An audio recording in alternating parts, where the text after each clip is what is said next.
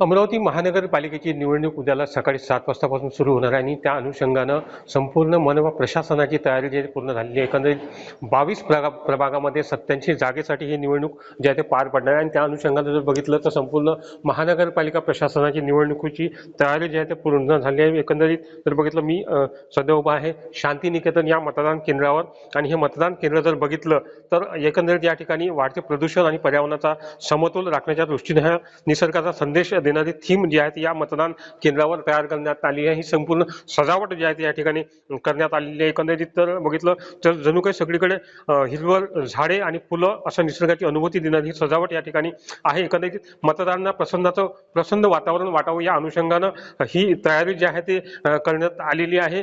याच मतदान केंद्रावर जर बघू शकतो आपण पर्यावरणपूरक जनजागृती व्हावी या उद्देशानं ही ग्रीन थीम जी आहे ती या ठिकाणी लावण्यात आली। संपूर्ण निसर्गाचे संदेश या मतदान केंद्रावर देण्यात आले आहे आणि अशा या निसर्गरम्य वातावरणात जणू मतदारांना मतदान करताना त्यांना एक वेगळा आनंद यावा या मागचा हा प्रमुख उद्देश आहे। टक्केवारी देखील वाढावी याच हा प्रमुख उद्देश जो आहे तो या मतदान केंद्रामागचा आहे। असे मतदान केंद्र जे आहे ते अमरावती महानगरपालिका क्षेत्रामध्ये काही मोजक्या ठिकाणी जे आहे ते करण्यात आलेले आहे। टक्केवारी वाढावी या प्रमुख उद्देश जो आहे ते या ठिकाणी देण्यात आला आहे।